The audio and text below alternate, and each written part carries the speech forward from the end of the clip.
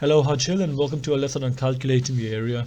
Today we'll be able to find the area of a shape by counting the number of squares in there.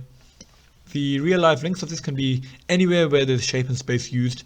So things like construction, architecture, even things inside maths such as geometry. So when you are doing more harder geometry questions, this will be applied there. Now the key words here will be similar to the measurements such things such as centimeters, millimeters. However, now we also will have a thing called squared and space. These two are very important keywords. So let's go straight into what area actually is. So the area itself, the definition in an English term would be it's the amount of space inside of a shape. So how much space is inside of a shape. So with perimeters all the way around, remember the distance around, but with area, it's going to be the amount of space inside of a shape. And in order to measure the area, we need a way to measure it. So in order to measure it, we use a square that is 1 centimeter by 1 centimeter. So it's just a normal square, isn't it? And the sides are 1 centimeter by 1 centimeter.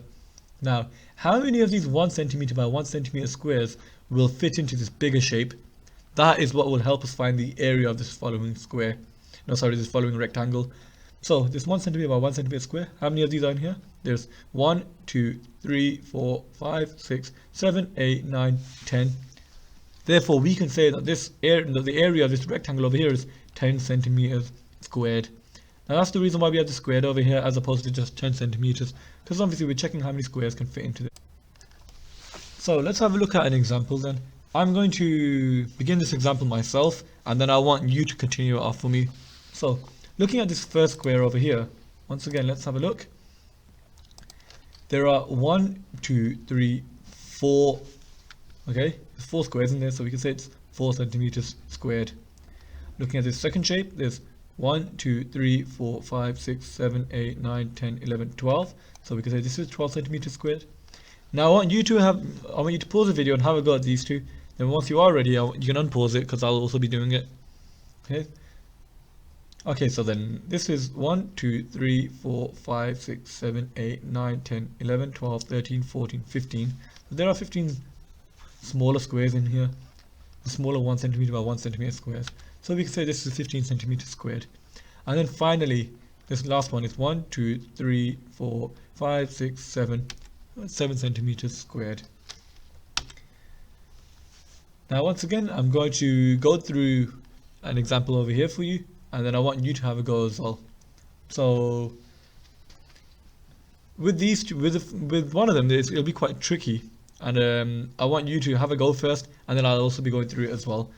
And the reason why I want you to have a go is because I want you to decipher it. So pause the video, have a go, and then I'll be going through it as well. Okay, so I hope you've had a go. Now this first square over here should be rather straightforward. There's just 9 squares, isn't it? Now this second one over here is where it gets slightly trickier, and this is where you have to use your own knowledge. What we can see is there's 1, 2, 3, 4, 5, 6. There are 6 full squares here, aren't there? Now this thing over here is this little triangle inside this 1 centimeter by 1 centimeter, or 1 by 1 square. This is basically half a square, isn't it? And so is this. So these two together make 1 full square, isn't it? So remember the 6 full we had. Let's add another 1 onto there, that's 7. And then over here we have another 2 halves. So that's another 1 we have. So we have these 2 halves, which is 1 square. We have these 2 halves, which is another square. And then we can add the other 6 squares that we had counted. And that in total will give us 8 squares here. Or 8 centimeters squared, it should be written as. And then this final one over here is going to be 3, 6, 9, 10, 11, 12, 13, 14 centimeters squared. Good. Now, I want you to have a go at these questions. It will begin, if you are in set 5, have a go at red. If you are set 4, I want you to do red and amber. And if you are set 4 and you feel like you're a lot stronger in this, then do all 3. And if that's also included if you're set 3. Now, I'd like to point out for these greens, it will require estimation. So you need to decipher and decide how much you will measure these squares by yourself. Okay, so have a go at this, and then once you're ready, upload it onto ClassNotes, and good luck.